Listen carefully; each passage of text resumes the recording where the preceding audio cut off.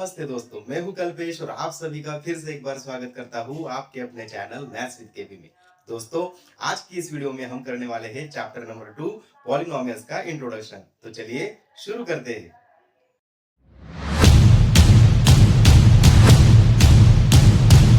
दोस्तों, इस वीडियो में हम करने वाले हैं इंट्रोडक्शन ऑफ पॉलिनोमियल। तो चलिए शुरुआत करते हैं कॉन्सेप्ट ऑफ पॉलिनोमियल से। आखिर ये पॉलिनोमियल होता क्या है?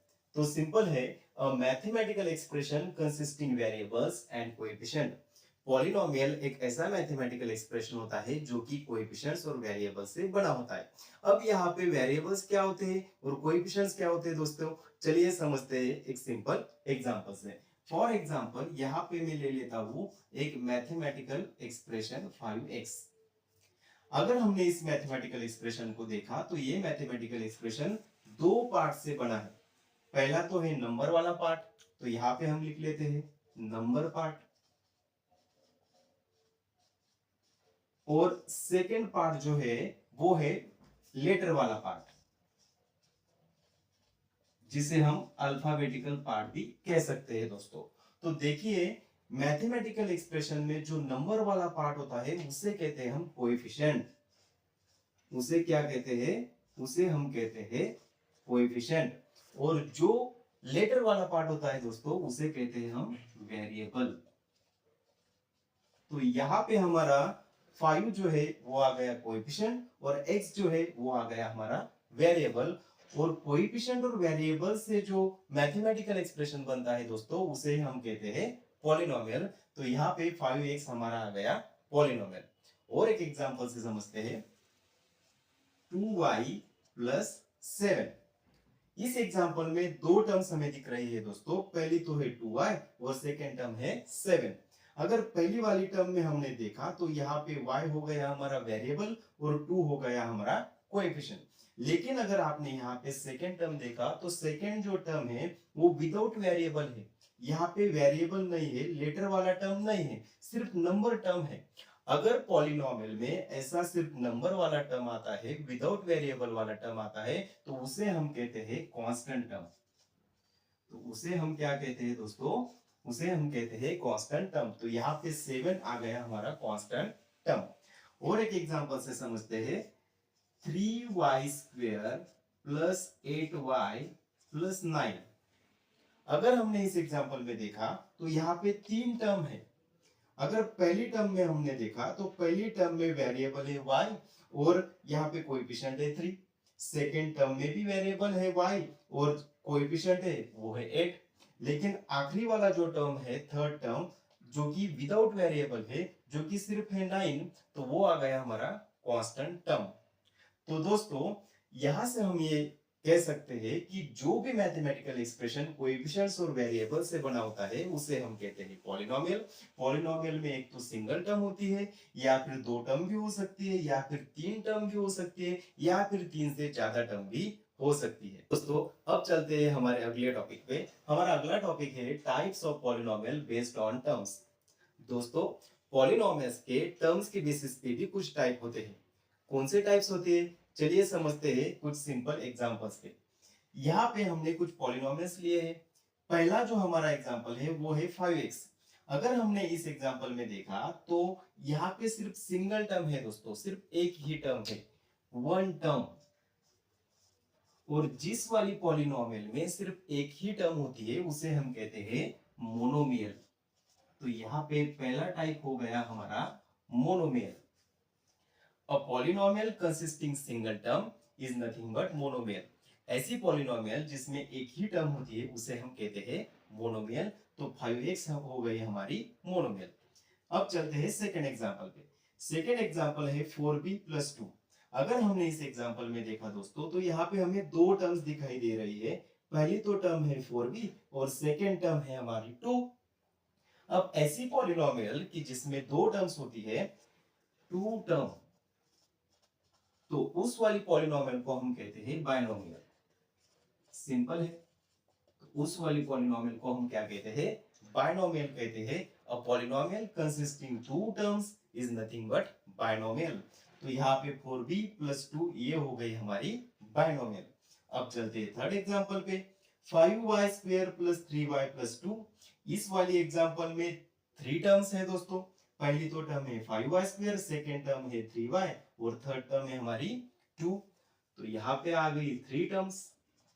और जिस पॉलिनोमियल में 3 टर्म्स होती है, 3 टर्म्स होती है, उसे हम कहते हैं ट्राइनोमियल।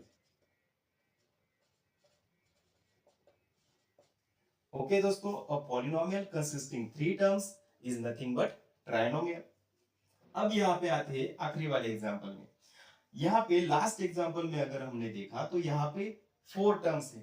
पहली है 6u cube, then 7u square, then 5u and 3। ऐसी जो पॉलिनोमियल होती है जिसमें 4 या उससे ज्यादा टर्म्स होती है, 4 टर्म्स और मोर देन 4 टर्म्स, ऐसी जो पॉलिनोमियल होती है जिसमें 4 या 4 से ज्यादा टर्म्स होती है, उसे हम पॉलिनोमियल ही कहते हैं दोस्तों,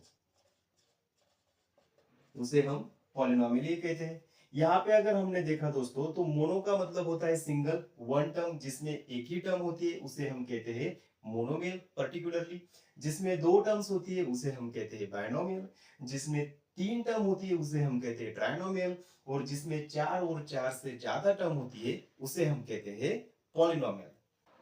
चलिए दोस्तों आगे बढ़ते हैं। अब करते हैं degree of a polynomial. Degree क्या होता है दोस्तों? तो सिंपल है, the highest power of a variable in a polynomial is nothing but degree of polynomial. जो भी हमारा पॉलिनोमियल होता है उसमें जो वेरिएबल्स आते हैं दोस्तों, उन वेरिएबल का सबसे हाईएस्ट पावर, सबसे बड़ा वाला पावर जो होता है वही होता है हमारा डिग्री ऑफ पॉलिनोमियल। चलिए समझते हैं कुछ सिंपल एग्जांपल से। यहाँ पे मैं फर्स्ट एग्जांपल लेता हूँ 5x प्लस 6। अगर इस एग्जांपल में हमने देखा दोस्तों तो वेरिएबल है हमारा x और x का पावर है 1। तो यहाँ पे इस पॉलिनोमियल का हाईएस्ट पावर जो होगा वेरिएबल का वो क्या होगा? 1 ही होगा। इसलिए यहाँ पे हमारा डिग्री जो आएगा तो डिग्री निकल के आ जाएगा हमारा 1। सिंपल। और सेकेंड एग्जांपल लेके देखते हैं 2x square plus 5x plus 8। अगर इस वाले एग्जांपल में हमने देखा तो फर्स्ट टर्म में भी वेरिएबल है x और सेकेंड टर्म में भी वेरिएबल x है, लेकिन यहाँ पे जो x है फर्स्ट टर्म में उसका पावर है 2 और सेकेंड टर्म में जो वेरिएबल x है उसका पावर है 1। तो इन दोनों में से सबसे बड़ा पावर कौन सा है दोस्तों? वो है 2। इसका मतलब highest power of a variable of this polynomial is 2। यहाँ पे जो x का सबसे बड़ा पावर है वो 2 है, इसलिए इसका जो डिग्री आ जाएगा वो आ जाएगा हमारा 2। So degree of this polynomial is 2। और एक एग्जांपल लेते हैं, example number 3, y raised to 5 plus 4y cube plus 8y square plus 6। अगर इस वाले एग्जांपल में हमने देखा दोस्तों तो पहला जो टर्म है y उसका पावर है 5, सेकेंड टर्म में भी y है उसका पावर है 3, थर्ड टर्म में जो y है उसका पावर है 2। अगर हमने तीनों को कंपेयर किया तो सबसे बड़ा वाला पावर जो है वो है 5। तो इसका मतलब यहाँ पे जो ये पॉलिनोमियल है उसका highest power of the variable आ गया हमारा 5। तो यहाँ पे डिग्री निकल के आ जाएगा हमारा 5। So degree of this polynomial is 5। तो सिंपल है दोस्तों। चलिए दोस्तों आगे बढ़ते हैं। Types of polynomial based on degree. इसके पहले हमने types of polynomial based on terms देखा है। टर्म्स की बेसिस पे पॉलिनोमियल के monomial, binomial, trinomial and polynomial ये टाइप्स हमने देखे। अब डिग्री के बेसिस पे भी पॉलिनोमियल के कुछ टाइप्स होते हैं, वो हमें समझना है।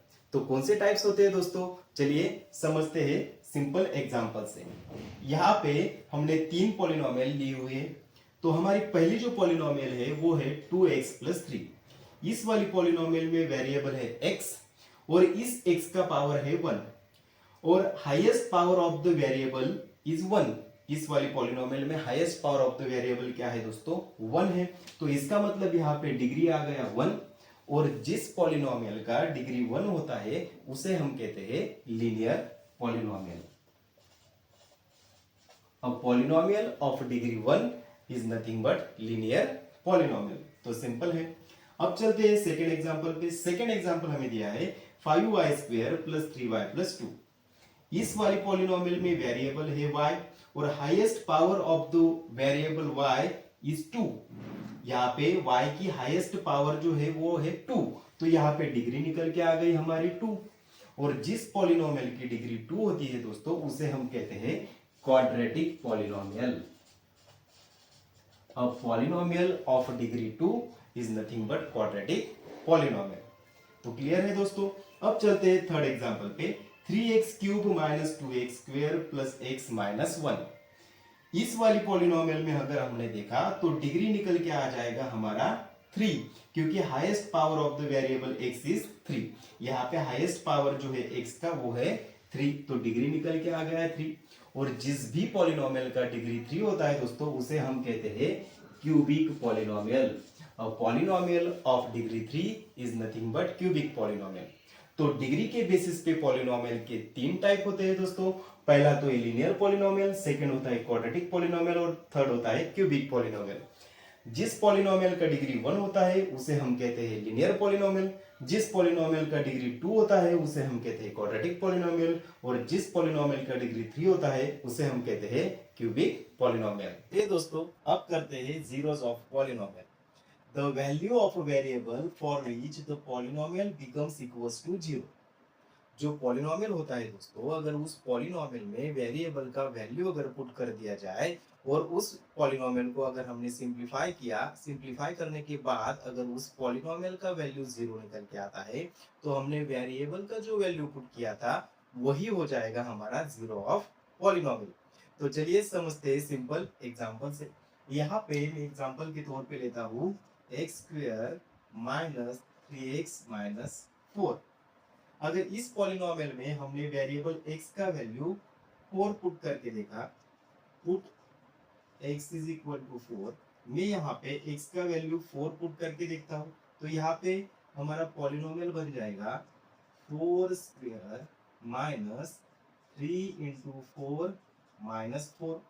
अगर हमने इसे सिंप्लीफाई किया दोस्तों तो सिंप्लीफाई करने के बाद 4 का स्क्वायर आ गया हमारा 16 माइनस 3 इंटू 4, 3 इंटू 4 इज 12 और माइनस में आ गया हमारा 4।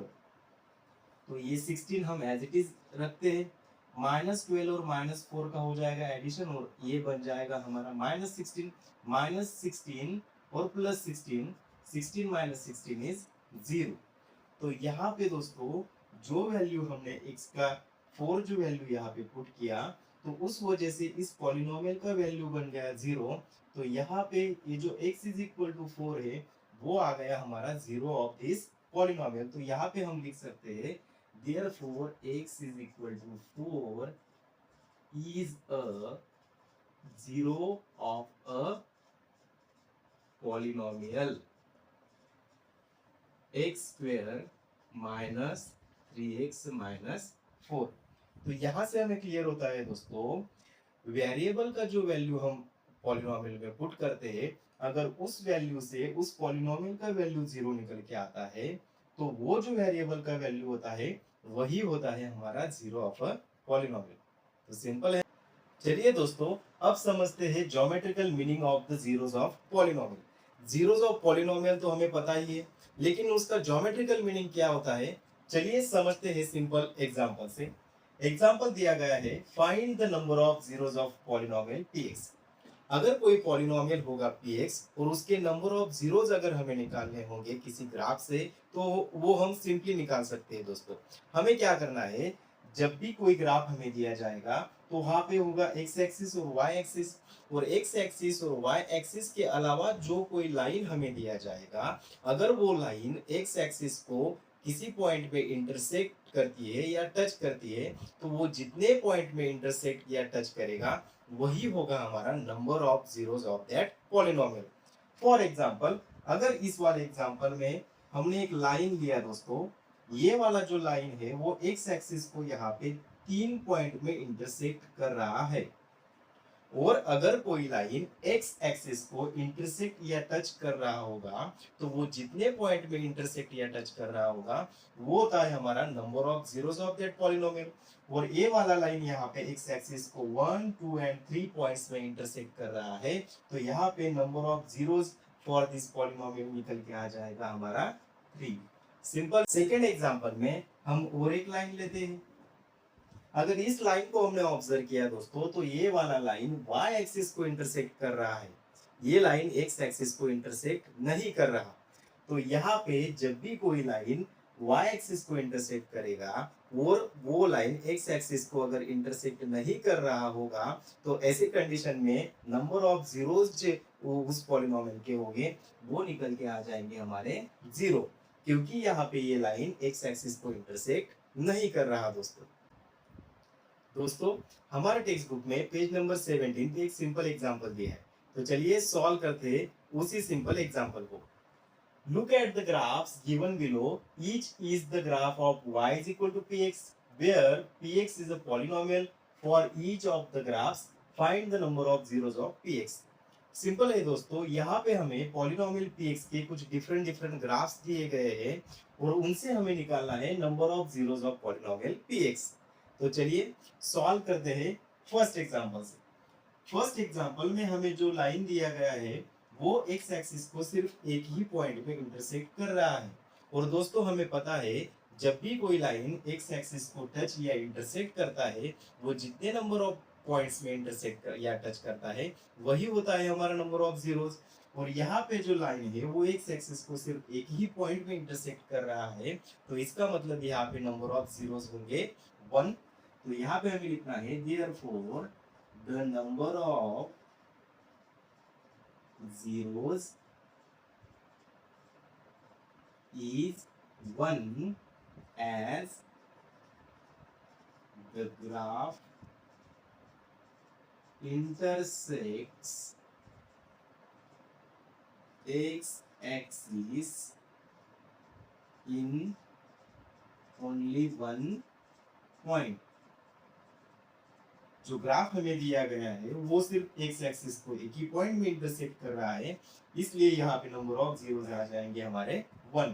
सेकेंड एग्जांपल में देखते हैं। सेकेंड एग्जांपल में जो कर्व हमें दिया गया है, जो लाइन हमें दी गई है, वो x एक्सिस को 2 पॉइंट्स पे इंटरसेक्ट कर रही है, तो यहाँ पे नंबर ऑफ जीरोस निकल के आ जाएंगे हमारे 2। Therefore the number of zeros are 2 as the graph intersects x axis in 2 points। तो यहाँ पे ग्राफ 2 पॉइंट्स में इंटरसेक्ट कर रहा है, इसलिए हमारे जीरोस निकल के आ गए 2। अब चलते हैं थर्ड एग्जांपल पे। थर्ड एग्जांपल में जो ग्राफ हमें दिया गया है वो यहाँ पे x एक्सिस को 3 पॉइंट्स में इंटरसेक्ट कर रहा है, 1 2 एंड 3। तो यहाँ पे नंबर ऑफ जीरोस निकल के आ जाएंगे हमारे 3। Therefore the number of zeros are 3 as the graph intersects x axis in 3 points। तो सिंपल है। फोर्थ एग्जांपल में हमें दिया गया है दोस्तों, जो ग्राफ हमें दिया गया है उस ग्राफ में जो लाइन है वो x एक्सिस को सिर्फ एक ही पॉइंट पे इंटरसेक्ट कर रहा है, तो इसका मतलब यहाँ पे भी नंबर ऑफ जीरोस निकल के आ जाएंगे 1। Therefore the number of zeros is 1 as the graph intersects x axis in only one point। यहाँ पे जो लाइन हमें दिया गया है, जो ग्राफ हमें दिया गया है दोस्तों, वो x एक्सिस को सिर्फ एक ही पॉइंट में इंटरसेक्ट करता है, इसलिए यहाँ पे हमारे नंबर ऑफ जीरोस निकल के आ जाएंगे 1। फिफ्थ एग्जांपल में अगर हमने देखा दोस्तों, तो ये वाला जो ग्राफ है वो x एक्सिस को एक ही पॉइंट में टच कर रहा है, अगर कोई लाइन एक्स एक्सिस को टच भी कर रहा होगा दोस्तों, तो वो पॉइंट हम यहाँ पे नंबर ऑफ जीरोस काउंटिंग में काउंट करते हैं। तो यहाँ पे ये जो ग्राफ है वो एक्स एक्सिस को सिर्फ एक पॉइंट में टच कर रहा है, इसलिए यहाँ पे हमारे जो नंबर ऑफ जीरोस निकल के आ जाएंगे वो आ जाएगा 1। Therefore the number of zeros is 1 as the graph touches x-axis in only one point। यहाँ पे जो हमारा ग्राफ है वो एक्स एक्सिस को एक ही पॉइंट में टच कर रहा है, इसलिए हमारा नंबर ऑफ जीरोस निकल के आ गया 1। अब चलते हैं लास्ट और सिक्स्थ एग्जांपल पे। यहाँ पे जो लाइन हमें दिया गया है दोस्तों, वो एक्स एक्सिस को बहुत सारे पॉइंट में इंटरसेक्ट कर रहा है। ये फर्स्ट पॉइंट, ये हो गया सेकेंड, थर्ड और फोर्थ। तो 4 पॉइंट में ये जो लाइन है वो एक्स एक्सिस को इंटरसेक्ट कर रहा है, तो इसका मतलब यहाँ पे नंबर ऑफ जीरोस निकल के आ जाएंगे हमारे 4। Therefore, the number of zeros are 4 as the graph intersects x-axis in 4 points। तो सिंपल है दोस्तों इन सभी कॉन्सेप्ट्स और एग्जांपल्स को आपको अच्छी तरह से पढ़ना है, अच्छी तरह से उनका प्रैक्टिस करना है। अगर आपने अभी तक हमारे चैनल को लाइक और सब्सक्राइब नहीं किया दोस्तों, तो लाइक और सब्सक्राइब जरूर करना। जिन लोगों ने हमारे चैनल को लाइक और सब्सक्राइब किया है उन सभी के धन्यवाद। मिलते हैं अगली वीडियो में।